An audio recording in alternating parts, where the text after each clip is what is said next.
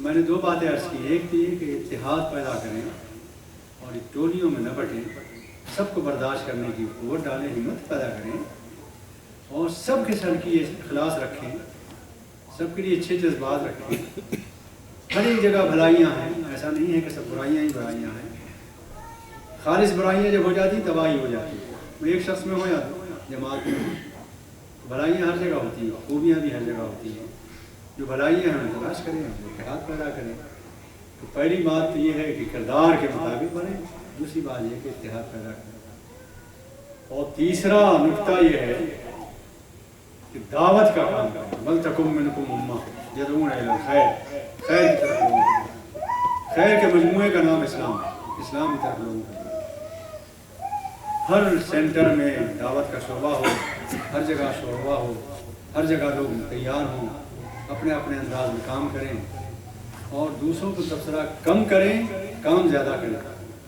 ہمارا بہت سا وقت دوسروں پر تنقید میں صرف ہو جائے اور آپس کی لڑائیوں میں صرف ہو جائے، آپس کے اختلافات میں صرف ہو جائے، اس میں صرف نہیں کریں۔ بکرے کا گوشت حلال ہے، ٹھیک ہے نا، گدھے کا مردار ہے، حرام ہے، ٹھیک ہے۔ اب بکرے کے گوشت کے آپ کباب بنائیں وہ بھی ٹھیک ہے، شوربہ بنائیں وہ بھی ٹھیک ہے، قیمہ بنائیں وہ بھی ٹھیک ہے، کوفتے بنائیں وہ بھی ٹھیک ہے، روٹیاں کھائیں وہ بھی ٹھیک ہے، لیکن گدھے کا گوشت نہیں آ سکتا۔ اسی طرح کفر نہیں آ سکتا ہمارے درمیان۔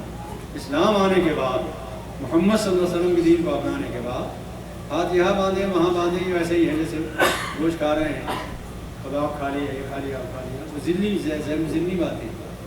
حلال صرف گوشت بکرے کا ہے نا، جن کو اللہ نے حلال کیا وہی حلال ہے۔ تو اس بات کو پیش نظر رکھ کر اجتماعیت پیدا کریں، اتحاد پیدا کریں، اور آخری بات یہ ہے کہ دعوت کا کام، اللہ کے دین کو پھیلانے کا کام، اور اللہ کے دین کو وہ پھیلا سکتے ہیں جو اللہ کے دین میں رنگ جائیں۔ صرف اللہ من اللہ صفا، اللہ کے رنگ میں آپ خود رنگے ہوئے نہ ہوں، صفائی پر آپ تقریر کریں، کپڑے آپ کے گندے ہوں تو کون سنے گا؟ اسلام پر آپ تقریر کریں، اسلام آپ کے اندر موجود نہ ہو تو کون سنے گا؟ محمد صلی اللہ علیہ وسلم کے بارے میں عبداللہ بن مسعود رضی اللہ تعالیٰ عنہ کی روایت یہ ہے کہ میں نے آپ سے زیادہ مسکراتا چہرہ کبھی نہیں ہے نا۔ ہر شخص مجلس میں یہ سمجھتا تھا کہ سب سے زیادہ تعلق اور محبت مجھ سے ہی، ہر ایک پر نظر رکھی تھی۔ آپ کے امام ہوں، آپ کے ذمہ دار ہوں، مسجد کے انتظامیہ کے لوگ ہوں، ہر ایک سے محبت کریں، ہر ایک کے لیے موقع فراہم کریں، ہر ایک کو لائیں، مسجد کو کشادہ رکھیں، ذہن کو کشادہ رکھیں، چہرے پر مسکراہٹ رکھیں، چہرہ کھلا رکھیں، ذہن کھلا رکھیں، گود کھلی رکھیں، ہر ایک کو بلائیں، ہر ایک سے محبت کریں، ہر ایک سے تعلق قائم کریں۔ اللہ تعالیٰ مدد فرمائے گا۔ یہ تین نکات ہیں۔ اس آخری نقطے پر اتنی بات اور یاد رکھیں کہ جب تک آپ دعوت کا کام نہیں کر سکتے، جب تک زندگی آپ کی اسلام کے مطابق نہیں، لیکن اس کے لیے انتظار نہ کریں کہ میں پہلے 10 سال 20 سال زندگی بناؤں گا اسلام کے مطابق، تو آپ زندگی بھر نہیں بنا سکیں گے۔ جس دن یہ ہوش ہو جائے اسی دن سے فکر کریں کہ میں اسلام کی حمایت کروں گا، دعوت دوں گا اور اپنے بنانے کی کوشش بھی کروں گا۔ دونوں ساتھ ساتھ چلیں گے۔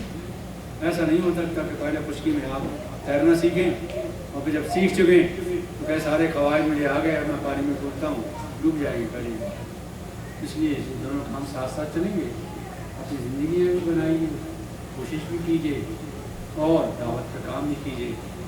اور بقول ایک مفکر اعظم کے بڑی اچھی بات انہوں نے کہ دعوت کا کام کرنے نکل جائیے، لوگ آپ پر تبصرے کریں گے، بتائیں گے کہ خود تو کرتا نہیں ہے، فلاں چیز اس کی ایسی، فلاں چیز ایسی۔ اور لکھا انہوں نے کہ اتنے جس برتن کو اتنے مانجنے والے مل جائیں گے، وہ برتن اگر چمکے گا نہیں تو وہ نہیں چمکے گا۔ لوگ تبصرہ کریں گے، تنقیدیں کریں گے، کہیں گے، اور آپ کو سدھارنے کا موقع ملے گا، علم کا موقع ملے گا، سیکھنے کا موقع ملے گا، طرح طرح کے لوگ سوالات کریں گے تو بھی سیکھنے کا موقع ملے گا، پڑھنے کا موقع ملے گا انشاءاللہ۔ یہ 3 باتیں ہیں میں نے قرآن کی روشنی میں سورہ آل عمران وہاں جا کے مطالعہ کیجیے. یہ میرے جب آئے ہوئے نوالے تھے وہاں سن لیجیے، اپنے طور پر مطالعہ کیجیے، سیکھیے، آگے بڑھیے اور ہمت کیجیے. اللہ تعالیٰ جس راہ میں انسان بڑھنا چاہتا ہے اس راہ میں اللہ فراہ کرنا پورا آسان ہے. وآخر دعوانا ان الحمد للہ رب العالمین. کچھ انگریزی میں کہیں گے؟ نہیں کہیں گے؟ سمجھ گئے کیا؟ اچھا ٹھیک ہے. السلام علیکم. بہت سے لوگوں کو نہیں پتا ہوگا ماشاء اللہ پچھلی بار جب مولانا صاحب آئے تھے تو انہوں نے اپنا ایک ان کا مدرسہ ہے رامپور مدرسہ جمعیت الصالحہ کے نام سے، اور پچھلی بار بتایا تھا کہ ماشاء اللہ کتنے طالبان کتنے حافظ ہیں وہ پڑھ رہی ہیں کر رہی ہیں. تو اس کے بارے میں کچھ بتائیے مولانا صاحب کیا بڑھائی آج کل کیا پڑھا رہے ہیں؟ ٹھیک ہے، اچھا چھیڑ دیا آپ نے ماشاء اللہ.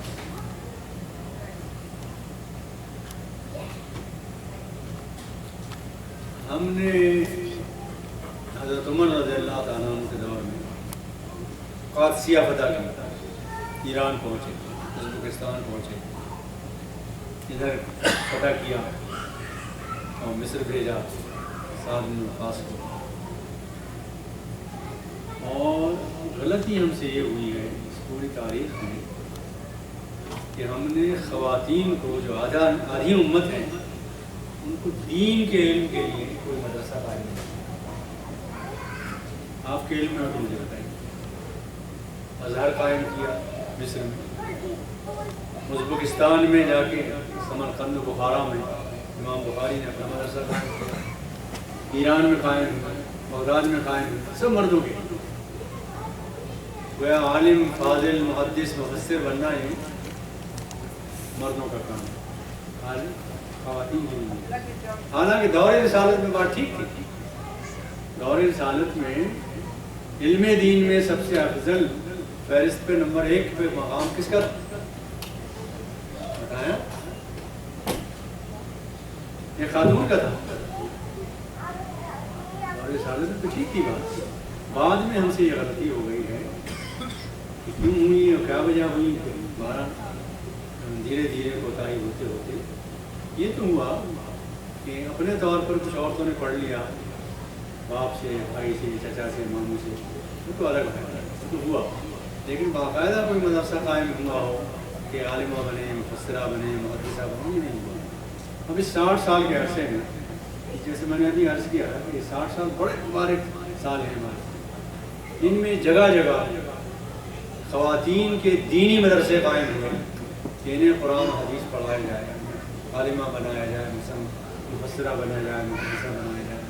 ہم نے رامپور جیسی جگہ میں، نام بھی اس کا رامپور ہے، خدا پور نہیں ہے، رامپور جیسی جگہ، ہندوستان جیسی جگہ میں، جس کے بارے میں گیا شاعر نے کہا ہے داد دیجیے ہمیں رہ رہے ہیں وہاں، ہے محافظ جہاں رہزنوں کی طرح، اس جگہ رہنے. وہاں ہم نے یہ کام قائم کیا اور 2500 کے قریب بچیاں عالمہ، فاضلہ، محدثہ، مفسرہ بن رہی ہیں. 1000 بچیاں ہمارے ہاسٹل میں ہیں بیچارے. پھر یہ بچیاں فارغ ہوئی، 37 سے 47 ہمارے بیچ نکل چکے ہیں. جو بچیاں فارغ ہوئی انہوں نے بہار میں ادھر ادھر حد یہ کہ اس میں نیپال میں بھی مدرسہ قائم کیا ہے. جگہ جگہ مدرسے قائم ہو رہے ہیں اور یہ ہماری بچیاں پڑھا رہی ہیں. کوئی پرنسپل ہے، کوئی معلمہ ہے، کوئی کچھ. تو دھیرے دھیرے یہ رو بڑھ گئی. اور یاد رکھیے جب کسی گھر کی ماں دین کی عالمہ ہو وہ گھر دین کا مدرسہ ہو، اس دین کی کیفیت بدل جائے، تو دین کا مدرسہ بنا. اور جتنے بڑے بڑے لوگ گزرے ہیں تاریخ میں سب کو آپ تلاش کیجیے تو ان کی مائیں عظیم ہیں. امام شافعی کا واقعہ تو پڑھا ہی ہوگا، امام عبداللہ بن مبارک کا واقعہ پڑھا ہوگا، سعید بن مسیب کا پڑھا ہوگا، مولانا محمد علی جوہر کا پڑھا ہوگا. ان کی مائیں عظیم ہیں، اس لیے عظیم لوگ بنے. اور ان میں سے جس کا بھی ذکر کریں گے آپ کو ایسے ہی علامہ اقبال کا دوبارہ ہم نے یہ کوشش کی ہے، وہاں ہماری بچیاں پڑھ رہی ہیں، ایک بچی پر ہمارے یہاں خرچ آتا ہے سال بھر کا، ویسے ہمارے یہاں 60% بچیاں کھاتے پیتے گھر میں ہوتا ہے، وہ اپنی فیسیں خود ادا کرتی ہیں، خرچہ خود برداشت کرتی ہیں۔ 40% بچیاں جو کشمیر سے آئی ہیں اور بہار وغیرہ سے آئی، بڑے غربت کے مقامات سے آئی ہیں، وہ ذرا ان کی حالت تکمیل ہے، تو ان کو ہم درس جامعہ سے ان کے سالانہ خرچہ برداشت کرتے ہیں۔ پورے سال کا خرچہ ہماری ایک بچی کا $450 آپ کے ایک مہینے کا بھی نہیں، اس سے زیادہ ہوتا ہے ہمارے یہاں پورے سال کا خرچہ اتنا، اسی میں ان کا کھانا بھی دیتے ہیں، اسٹیشنری بھی دیتے ہیں، ہاسٹل کا خرچہ بھی اسی میں سب کچھ۔ اب یہاں سے بہت سے لوگوں نے انتخاب کیا ہے، کسی نے 5 بچی، کسی نے 10 بچی کیا ہے، اور اس کے علاوہ بہت بڑا اسٹاف ہے ہمارا، کیونکہ جب آپ 1000 بچیاں جب ہاسٹل میں ہوں گی تو مطبخ بھی بہت بڑا ہوگا، 3 براتوں میں کھانا روز بنا کے، یہ بھی ہے، مطبخ کا بھی بہت بڑا خرچہ ہے۔ اچھا بجلی نہیں ہوتی ہمارے یہاں تو جنریٹر کا خرچہ جو 2.5 لاکھ مہینے کا ہوتا ہے، جنریٹر لگا ہوا ہے، ایک بس کے برابر جنریٹر ہے ہمارا جو کام کرتا ہے۔ اور جو لوگ ہندوستان کے کبھی آئیں تو ہم استقبال کریں گے، ان کو دیکھیں ہمارا آ کے، اور ہماری خواہش یہ ہوتی ہے کہ آپ یہ ہم سے نہ کہیں کہ ہم اپنی بچیاں بھیجیں گے وہاں، اس لیے کہ ہمارے مشکل ہو جائے گا۔ ہماری خواہش یہ ہے کہ آپ لوگ بھی یہاں بھی کوئی اس کا نمونے کا دھیرے دھیرے قائم کرنے کی کوشش کریں۔ ہم وقت دیں گے، حساب بھی بنائیں گے، مشورے بھی دیں گے، وقت بھی دیں گے، یہ سب مدد کریں گے، لیکن کرنا چاہیے۔ یہاں لڑکیاں یہاں کے ماحول کے لحاظ سے عالمہ فاضلہ جب بنیں گی، اس ملک کا انقلاب اس ملک میں ہے۔ ہندوستان میں ہم 1200 سال پہلے آئے ہیں، زیادہ مدد تو نہیں ہوئی، 1200 سال پہلے آئے۔ ہندوستان نہ تو شرک تھا، کفر تھا، اندھیرا تھا، تاریخی تھی، اجازت تھی، اتنی سال ہوئی۔ اس 1200 سال میں ہم نے ہندوستان میں یہ انقلاب پیدا کیا ہے کہ وہاں کا کوئی مورخ ہمارے تذکرے کے بغیر وہاں کی تاریخ نہیں لکھ سکتا، لازماً اس کو ہمارا ذکر کرنا پڑتا ہے۔ اس لیے کہ شہر شہر ہم نے مدرسے بنائے ہیں، مسجدیں بنائی ہیں، اپنی عمارتیں بنائی ہیں، اپنے کتب خانے چھوڑے ہیں، علمی یادگاریں چھوڑی ہیں، اور کتابیں تو ہمارے ہی پاس ہیں، کسی اور امت کے پاس تو ہیں نہیں۔ بھائی آپ کے ہندوؤں کے پاس کیا ملے گی؟ گیتا مل جائے گی، اس کی شرح بھی کسی نے لکھی ہوگی تو وہ 10 لاکھ ہندوؤں کے گھر پر ڈھونڈیں گے تو ایک کیا مل جائے گی، اتفاق ختم قصہ، کوئی لائبریری نہیں، کچھ نہیں۔ آپ کے ایک ایک موضوع پر دیکھیے کتب خانے موجود ہیں، ایک ایک موضوع ہے، اللہ تعالیٰ کا فضل ہے۔ السلام علیکم۔ یہ تقریر جی فرمائیے۔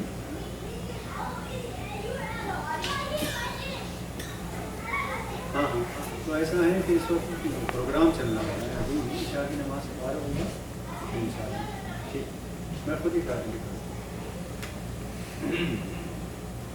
جی تو میں کیا کہہ رہا ہوں؟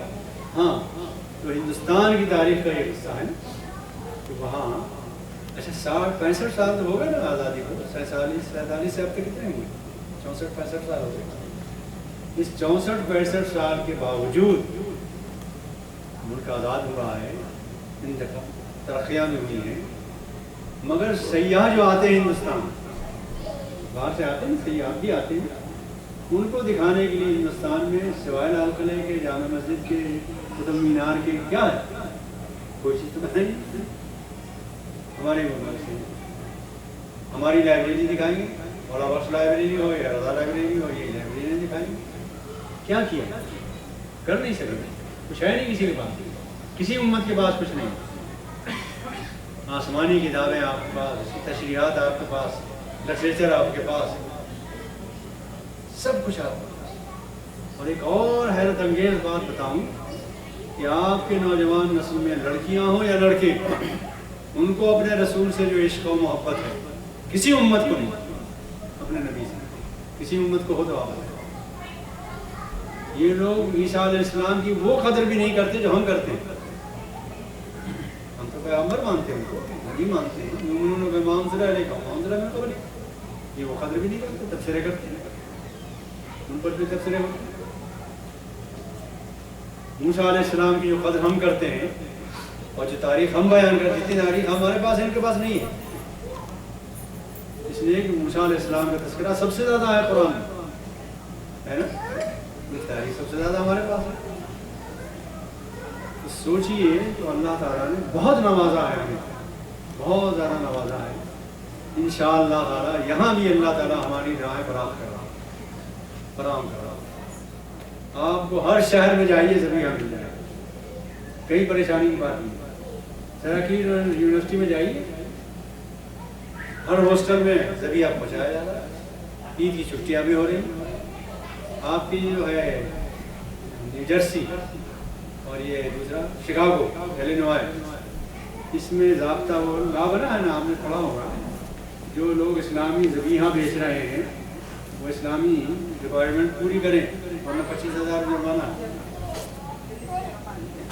اس ملک میں وہ کچھ ہو رہا ہے جو آپ سوچ نہیں سکتے. تھوڑا سا آپ نے توجہ کی ہے، اللہ کی رحمتیں بہت برس رہی ہیں. اللہ کی طرف سے نوازشیں بہت زیادہ ہیں، بہت نواز رہا ہے اور بہت عزت دی ہے اللہ تعالیٰ نے. ورنہ یہ کہ کسی زمانے میں اسلام کا نام ہے نا. اچھا خود ہندوستان، مجھ سے لوگ پوچھتے ہیں ہندوستان میں مسلمانوں کا حال کیا ہے. ابھی پاکستان گیا تھا تو پوچھ رہے تھے بہت رحم کھا کے ترس کھا کے کہ مسلمانوں کا حال کیا ہے. گجرات میں ہماری تقریر تھی، یہاں پیر بھی بہت سے ہیں. گجرات شہر ہے، سب سے زیادہ ترقی یافتہ شہر پاکستان میں گجرات ہے، ہر لحاظ سے، صنعت کے لحاظ سے بھی، دولت کے لحاظ سے بھی، عمارتوں کے لحاظ سے بھی، ہوٹلوں کے لحاظ سے بھی، دکانوں کے لحاظ سے بھی. تو وہاں کے ساتھ بڑے ترس کھا کے پوچھا تھے کیا ہے ہندوستان میں مسلمان. میں نے کہا ہندوستان میں مسلمانوں کا حال یہ ہے کہ آپ سب لوگ بیٹھے ہوئے نیچے اور میں اسٹیج سے تقریر کر رہا ہندوستان میں آیا. یہی تو حال ہے نا.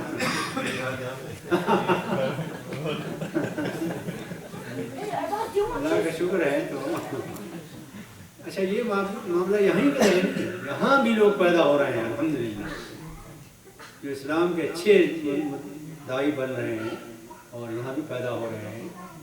اور ابھی میں گیا تھا ڈنمارک، یہ ناروے میں اوسلو ایک جگہ ہے، وہاں ایک بہت بڑا سینٹر ہے مسلمانوں کا، غیر معمولی سینٹر ہے. مولانا محبوب الرحمان صاحب 25 سال سے درس قرآن دے رہے تھے. ان کا ختم قرآن تھا، تفسیر بیان کرتے ہیں. 25 سال میں انہوں نے تفسیر پوری کی، پورے قرآن کی. تو ختم کے دن مجھے بلایا تھا، میں گیا تھا. تو ختم قرآن میں نے شرکت کی تھی، وہاں تقریر بھی کی تھی. دوسرے دن یونیورسٹی کی 400 لڑکیاں انہوں نے مجھ سے درخواست کی کہ ہمارا اجتماع ہے، آپ ہر جگہ تشریف لائیے. ان کے سینٹر میں ہم گئے. 400 لڑکیاں، نوجوان لڑکیاں اسلام کے موضوع پر دن بھر کا اجتماع کر رہی ہیں. یہ اوسلو کی بات کر رہا ہوں، مولوی محبوب الرحمان صاحب کا سینٹر تھا. آپ ہیں کہاں؟ سوچئے چاروں طرف تذکرہ آپ ہی کا ہے، چرچا آپ ہی کا ہے. البتہ بہت شرم آتی ہے جب کہ ہم کسی جگہ ذہن سے کام نہیں لیتے اور یہ قومیں جو ہم سے مخالفت رکھتی ہیں، مخالفت بھی اس لیے رکھتی ہے کہ ہم نے دعوت کا کام نہیں کیا. اگر دعوت کا کام کرتے تو یہ بھی ان کی مخالفت بھی کم ہوتی. جب طائف کے میدان میں جبریل امین آئے، انہوں نے کہا کہ یا رسول اللہ، یہ فرشتہ کہہ رہا ہے کہ اگر آپ اجازت دیں تو میں جبل احمر کو، کویس کی پہاڑیوں کو اٹھا کر کچل ڈالوں طائف والوں. تو آپ نے کیا فرمایا؟ دانی انذر قوم، فرشتے ٹھہر جائیں، مجھے دعوت کا کام کرنے دیں. میں نے دعوت کا کام تو کیا نہیں ابھی، میں ہلاک کیے دے رہا ہے. اور اس کے بعد آپ نے دعا کے لیے ہاتھ اٹھائے اور کہا اللہم اغفر لقوم انہم لا یعلمون. اے اللہ میں انہیں پسوانا نہیں چاہتا، ان کو معاف کر دیں، یہ مجھے پہچانتے نہیں. آپ کے دین کو بھی پہچانا نہیں لوگوں نے. آپ دعوت کا کام کریں، لکھ لیں، میدان میں آئیں، آپ کو لوگ پہچاننے لگیں تو انشاءاللہ تعالیٰ یہی لوگ حفاظت کریں گے۔ اب رہا یہ سوال کہ اس وقت سیریا کا حال دیکھیے، مرسی کا حال دیکھیے، آپس میں ہم لڑ رہے ہیں، ایک دوسرے کو مار رہے ہیں، پیٹ رہے ہیں، یہ خوشی مجھے آ رہی ہیں۔ سناتا ہوں آپ کو ایک حدیث، یہ سنن ابو داؤد کی ہے، سنن ابن، اتفاق سے میرے جیب میں لکھی، یاد آ گئی اتفاق سے۔ سنن ابو داؤد ہے، سنن ابن ماجہ ہے، احمد بن حنبل میں بھی ہے، اور حاکم نے مستدرک میں دیا ہے اس حدیث کو، کئی جگہ روایت کیا ہے۔ یہ روایت حوالے اس لیے میں نے دیا کہ حدیث کا مقام معلوم ہو جائے گا، تو ایسا نہیں ہے کہ کمزور حدیث ہے۔ فرمایا رسول اللہ صلی اللہ علیہ وسلم، پھر میں یاد دلاتا ہوں آپ کو کہ دل حاضر کر لیجیے، مجلس رسول کی ہو گئی، ادب و احترام سے سنیے۔ فرمایا رسول اللہ صلی اللہ علیہ وسلم، سچ فرمایا، حق فرمایا، جو کچھ فرمایا، امتی ہذہ امت مرحومہ، میری یہ امت، اس پر اللہ کی بڑی رحمت ہے، بے پناہ رحمت ہے، نوازشیں ہی نوازشیں، رحمتیں ہی رحمتیں ہیں کہ نہیں؟ یقیناً امتی ہذہ امت مرحومہ لیس لہا عذاب فی الآخرہ، آخرت میں بحیثیت امت اس کو کوئی عذاب نہیں دے گا، اور امتیں تو آئیں گی، عذاب ہوگا، بحیثیت امت اس کو کوئی عذاب نہیں دے، عذابہا فی الدنیا، جو کچھ سزائیں اس کو ملنی ہے دنیا میں مل جائے، بحیثیت امت۔ الفتن، فتنے اٹھیں گے، اس میں طرح طرح کے فتنے اٹھ رہے ہیں جگہ جگہ، کہاں نہیں اٹھ رہے ہیں نا، والزلازل، زلزلے آئیں گے، طوفان آئیں گے، آفتیں آئیں گی، طغیانیاں آئیں گی، یہ سب بھی ہو رہا ہے، والقتل، اور قتل بھی ہوں گے۔ آپ سنتے ہیں سیریا میں 200 ہو گئے، اور مرسی کے حامیوں پر اتنے برسے گولے، اتنے مر گئے، ادھر اتنے مر گئے، فلاں جگہ اتنے مر گئے، اتنے قتل ہو گئے۔ امتی ہذہ امت مرحومہ لیس لہا عذاب فی الآخرہ عذابہا فی الدنیا الفتن والزلازل والقتل۔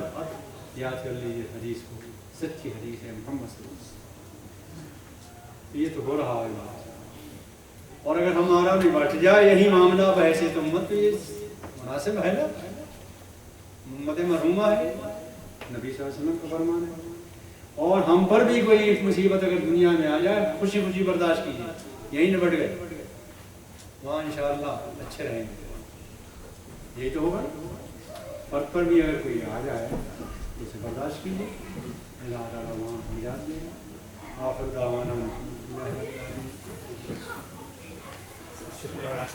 جی آپ نے صرف ہندوستانیوں کو دعوت دی اپنے آنے کی، پاکستانی حضرات ہیں یہاں پہ، یہ بھی ہندوستان گھومنے آتے ہیں۔ میں ان کو دعوت اس لیے نہیں دے رہا ہوں کہ ہماری ہندوستان گورنمنٹ کو ویزا کہاں دے گا، یہ ہے نا مسئلہ۔